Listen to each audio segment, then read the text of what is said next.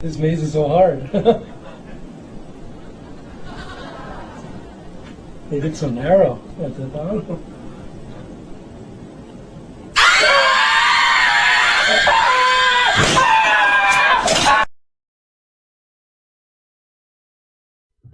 Allah was like impressed. He said, "Oh Adam, oh Adam, you have spoken the truth, Adam. Indeed, indeed, Muhammad is more beloved to me from anything."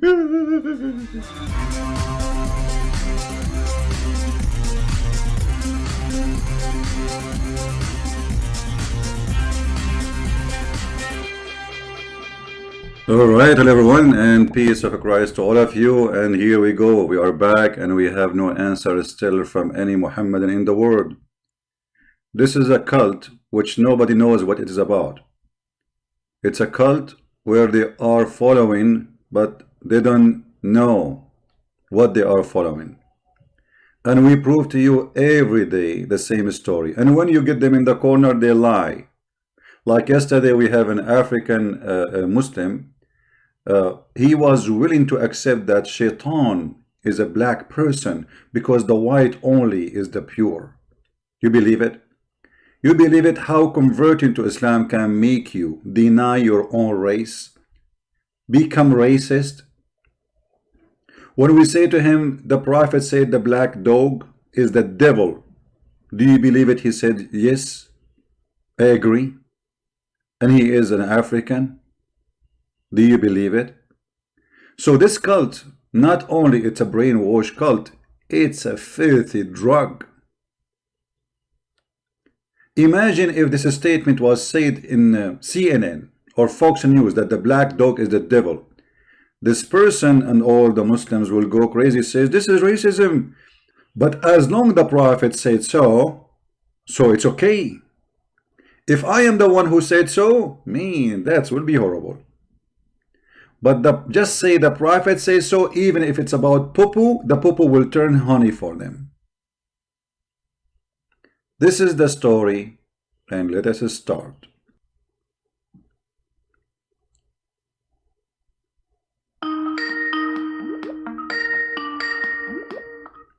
Hello? Hello? Yes. Yeah, I think a couple of days ago, when you were talking about monarchy, You called me 2 days ago. Are you a Muslim, my friend?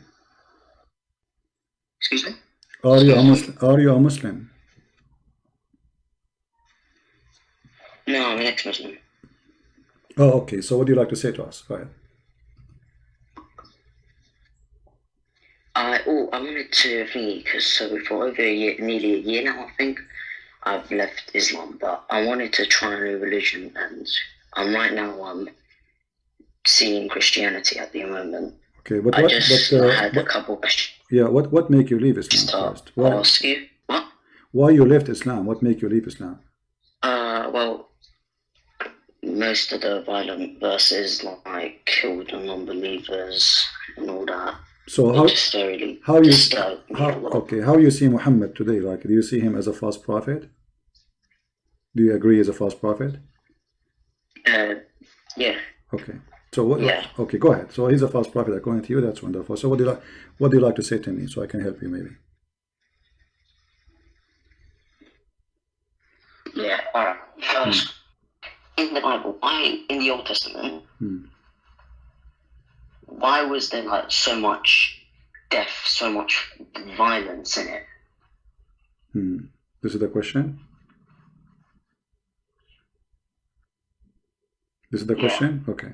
Well, you see, we are talking about people who live what, thousands of years ago, right? We are in the year 2000. Yes. 2020, and there's wars everywhere, and killing still exists. Nothing changed. A human being is savage. So when we read the stories in the Old Testament is not only a book about God, it's about a book of history. So history recorded there about things happening to those Jews. The Jews, they went in war, and they were fighting against their enemies. The Jews themselves, they've been enslaved twice, the whole nation. Have you ever heard of such a thing? The whole nation enslaved. So do you see how bad the situation at that time is? Every nation attack their neighbors and they enslave all of them if they can. So we are talking about a very, very harsh time where everybody live by the sword. So if we say to the Jews, okay, Jews, don't hold your sword, hold your candle. When your enemy come to you, fight them with the light of the candle. That would be silly. What do you think? Yeah. Okay, so you know, violence is not the purpose. The violence was happening because a human being is savage, and until now nothing changed. A human being is still savage. So it was like necessary. It's not about necessarily. So at that time, it is the man who made it necessarily. It is the evil of man made it necessary. That's what I was trying to say. Yeah, but in the case of Muhammad, let us see. You see, there is two kind of violence. There is somebody is fighting to kill, to steal, and there is somebody fighting for other reason. Your reason will defend will give definition who you are. Do you agree with me? Yes. So if somebody you try to get inside your house because he want to rape your wife and you kill the guy, is that make you a murderer?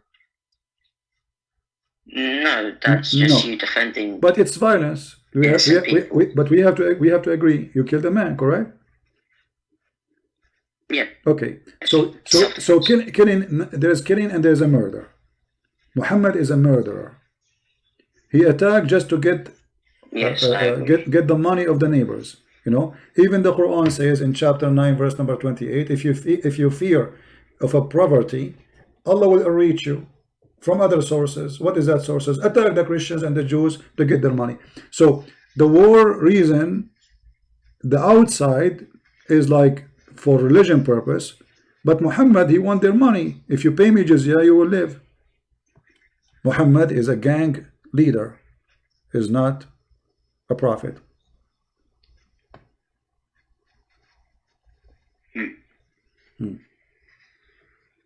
Okay, I understand.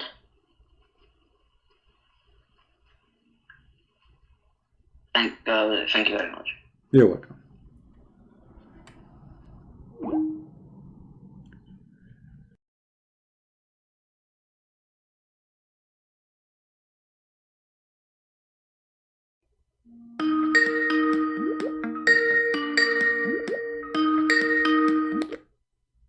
Hello? Hello. Yes, my friend, go ahead. You are live on air. Can you hear me? Yes, please mute YouTube. Yeah, I was the one who was messaging you for. I'm an ex-Muslim and I accepted Lord as my Savior. That's wonderful. Do you? Yeah, I have a question. From which country you are from, my friend? I'm from India. Oh, okay. Go ahead. Yeah, actually, I have a question related to Islam. Like, I saw. I just want to know, like, there's a Sharia law book I saw where you can have sex with little born babies, you know? With born baby? Yeah, newborn babies. There is a law in Sharia book. I guess, can you show me that? Well, there is many sources about this. You can watch a video. It's about this topic. You can search for the title and you will see the Muslim reading it and explaining it. The video is all over the internet. Well. I'm saying there's a video on YouTube, very famous, about doing that with an infant. Just search for that, and you will find a Muslim who is a doctor explaining to us and reading the book about that. Okay, so can you show me some preferences so I can take notes? No problem. Here we go. Let's see. I'll show you. Let me open it. All right. I will put it in the screen so you can read it. It's in Arabic, and I will post the link. All right. Okay. And but we will give you an official Shia Islamic website. Yeah, I saw on the link. All right. I will hang up on you and we will talk about it. Okay, thank you. Yeah. All right. This is the book of Tahrir al-Wasila. This is a Shia book written by Al-Imam Al-Khomeini. All of you know that Imam Al-Khomeini He is the founder of the Islamic State of Iran, which we have today. And he is the highest mullah for the Shia in the world. In his lifetime, at least. In his book, he's saying,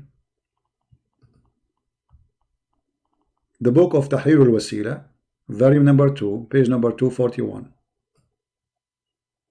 It's not allowed to do intercourse with wife before the age of 9.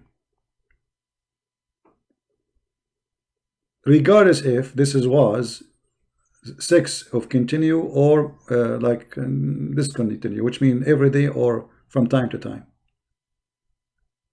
And then he said, but yes, you cannot have intercourse, but you can do the following.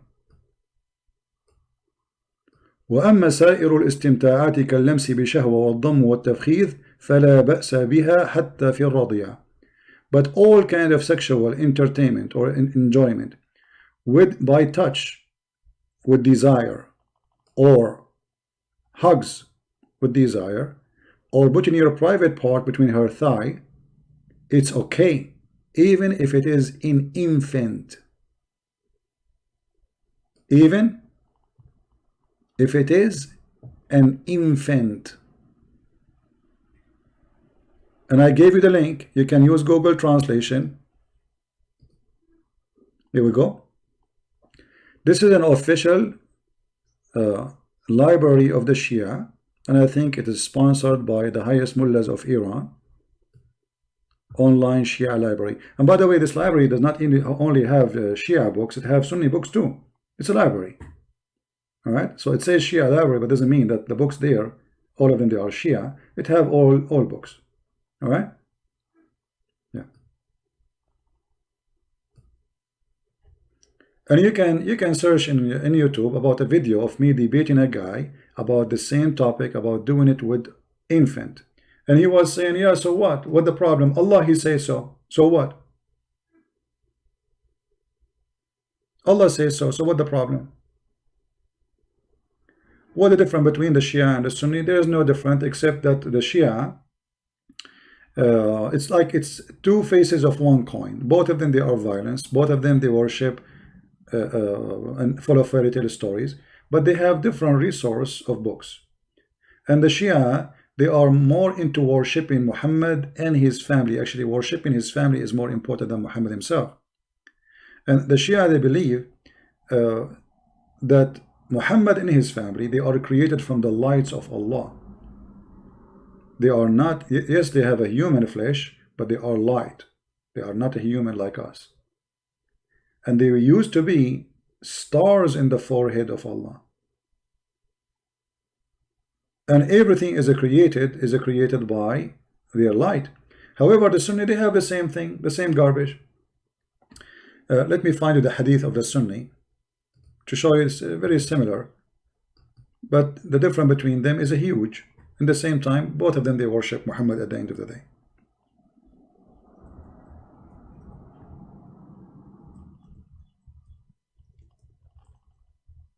I will give you this link, and I hope that you guys, you will save it, because this is an important link to show you how the Muslims worship Muhammad. Yet they claim that he is a prophet. Both of them, they claim that he is a prophet, but look at the words and you will see clearly that Muhammad is the God, it is not Allah. A person is asking question, what is the respect of ulama of the religion of Sharia? This is Sunni, about the hadith of lawlaka. What lawlaka? Let us read the hadith. It says, Allah, he said to the Prophet Muhammad, the reason for creation, it's you.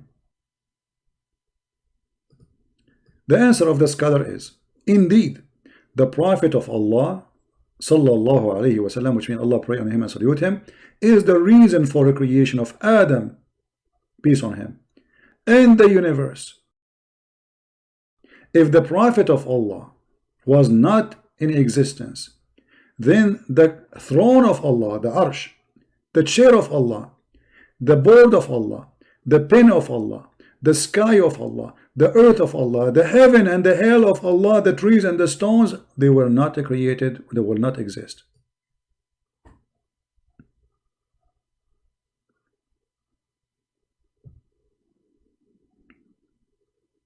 But if you think carefully, Allah himself exists just for the sake of Muhammad.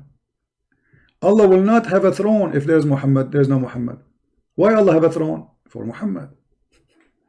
Why Allah have a chair? For Muhammad. Why Allah have a pen? Allah have a pen, by the way, for Muhammad. Why Allah have a tablet? For Muhammad. Why he have a sky? For Muhammad. The earth? Muhammad. Us, me and you, Muhammad. Allah, he was thinking, okay, what I will create for Muhammad? First, I will create a chair for myself, because Muhammad, he liked me only with the chair. And then after he made the chair, according to the hadith, different one, Allah, he wrote the name of Muhammad all over his chair. So look at this madness. Allah, he went to the workshop, he made a chair, and then he started writing La ilaha illallah Muhammad Rasulullah all over the chair. Different hadith. And you see the Muslims agree. The scholar, this is a scholar website. This is a Muslim Sunni scholars website. This is not a Shia website. This is why the website address is sunnah.org. This is not Shia, this is Sunnah. So Sunnah and Shia, both, they have the same madness. Look at this. In the book of Al-Hakim and his Mustadrak, okay, he said, the Prophet of Allah said, Allah said, when Adam made a mistake, he asked, oh Allah, I ask you for the sake of Muhammad to forgive me. So Allah said, when Adam he made a mistake, he asked, oh Allah, I ask you for the sake of Muhammad to forgive me. Look, but Allah, he was surprised. He's like, what? Allah said, oh Adam, how you know? How you would recognize Muhammad when I did not have yet created him? Look at this story.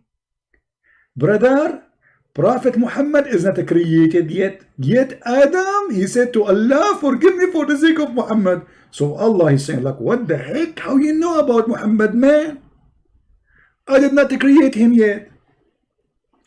So Adam said to him, when you created me and you blew into me my spirit, I lifted my head and I saw written on the chair, the arsh, the throne, La ilaha illallah Muhammad Rasulullah.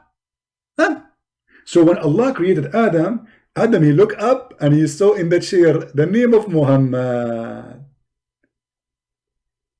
So Adam is smart. He understands that this guy Muhammad must be very important for Allah. Otherwise, why he would write his name all over like crazy man? So I got to know that you would only join your name. Look at this, join your name. Muslims are mushrikeen, kuffar. They are mushrikeen. They associate the name of God, their God, with the name of a man. Join your name with him who is most beloved to you. Allah said, Allah was like impressed. He said, oh Adam,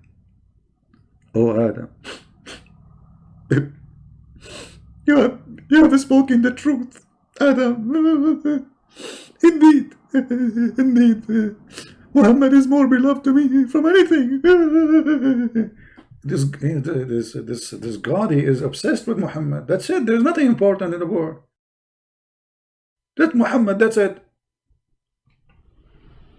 I mean, Muhammad. Hello. Are you kidding me? This is Muhammad. Alayhi salam. Allahumma salam. Millions will kill for him. Muhammad. This is why Allah, he made verses for the penis of Muhammad, for the testicles of Muhammad. What do you want more? And he said, indeed, Muhammad is more beloved to me than anything. And when you ask me for his sake, I burden you.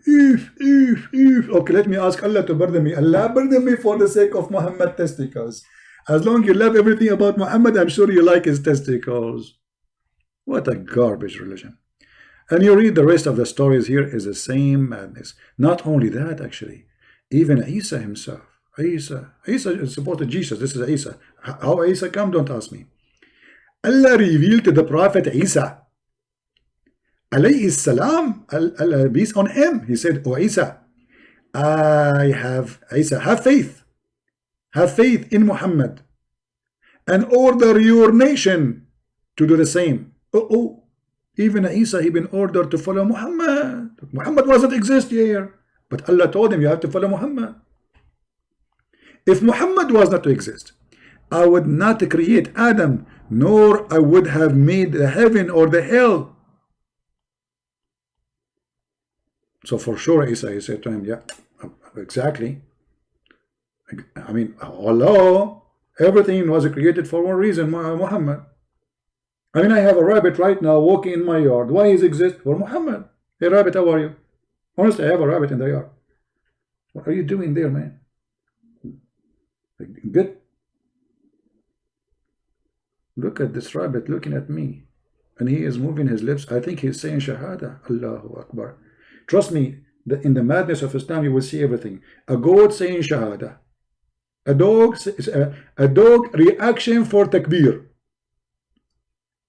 A cow reaction for takbir. The most funny ones is a Catholic reaction for Quran. They make it Catholic because they consider Catholic the enemy of Islam. Maybe many of you do not know. You see, I'm a Christian, I'm not a Catholic. You know, I mean, when I say I'm a Christian, I'm not a Catholic as sect, but all of us are Christian. Catholic, Protestant, all of us are Christian. But the Muslim consider the Catholic is #1 enemy to Allah. For they are the one who fought really against the cult of Islam in the time of the crusade. They are obsessed with the madman Muhammad. All those hadith, I send you the link, I'm not going to read them all, and you will see how they are trying to convince you that everything in this world is made for the sake of Muhammad. Muhammad the fraud, the child molester. Yeah, a cat cannot step in the Quran. True story, brother. It happened. I saw it with my own eyes. A cat cannot step in the Quran, but a Christian prince can, because he's not a cat. Unbelievable with the madness and stupidity. Oh Lord, help us. And then you remember David Wood, he made a video which is funny about the cat stepping all over the Quran. So what they do, this is how fraud they are. They fabricate videos saying things just to make you believe in this garbage.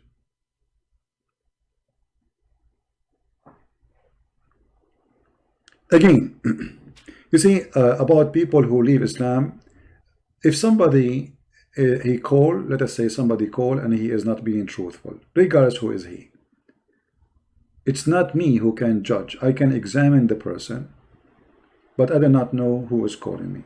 People can be truthful, people can be liars, people, they can be whatever they want. This is their business. This is their business. I don't know who is talking to me. They are not even from my country. None of you, even the Christians, know me. So what are you talking about? People are free to express themselves. However, we appreciate always honest people, and God is watching. The one who lie, he lied to himself. He don't lie to us. The one who tell the truth, he is truthful himself, not to us. Because none of this affect me. I am here to educate the Christians, regardless who is talking, who is calling. This is the benefit of we being here, that we join in a time, and when we leave, we have more than 1,000, like in certain point, 1,400 watching. All those people, they are learning. Who is talking is not important. It's important who and what we are talking about. We're talking about God. We're talking about the truth. We are showing it, proving it. And what we learn is what is important. So I want to say thank you very much for being here. I really appreciate having all of you. We appreciate all those who subscribe and they invite their friends. We appreciate those people who support us in donation too. But remember, please, if you see people who they are around you in your country, in your neighborhood, poor old people who need help, Corona is affecting them badly. Please don't forget to help those people. They need your help. You can help them by visiting them, not necessarily only by money. So always be Christian, always help those who need help. Always don't be selfish, especially old people, because old people, they are terrified to go out because of this virus.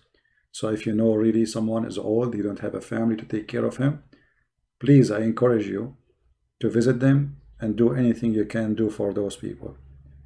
Consider that person as your mother or your father, because they are.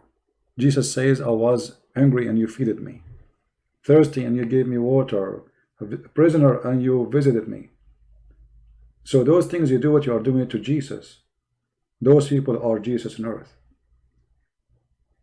When you do your merciful act, you are doing it because simply you are doing it to Christ. And those who love them, the Messiah, he loved them. This is why me, myself, I have a special feeling for the old ones. I respect them a lot. Wherever I see them, I wish I can help anyone who is an old person. And this is the proof of the good God. For God, he softened our heart. You see, me as an Arab, we are tough. We have a lot of ugly culture. Make us very tough people. We have a very ugly behavior sometimes.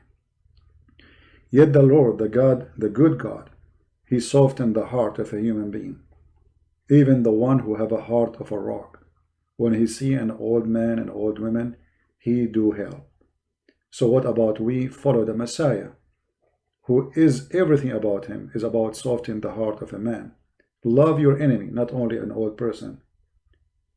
So if we cannot practice the love of the Lord in the time which is needed most, we are going to practice it when? When nobody needed it? So please help them, be with them, and be thankful for the Lord for what you do to them. One day will be doing to you. One day you will become old too. All of us, we will become old. Many of us maybe will not be able to walk from the bed to the bathroom. And you think, if you think this will never happen, well, look around you. All those who you see them old, they used to be in your age one day. Love them, help them, support them, and may the Lord bless you all. Christ is Lord. Islam is false. Until then, see you, thank you, and God bless you, and thank you for the support, all of you. Take care.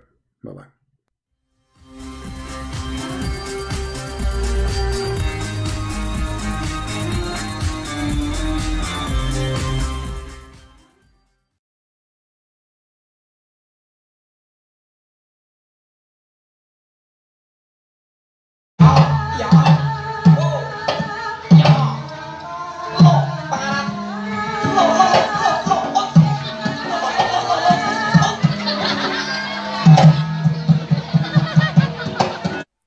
Hai Sobat Nusantara, salam kenal di channel baru saya. Bantu like and subscribe ya. Makasih.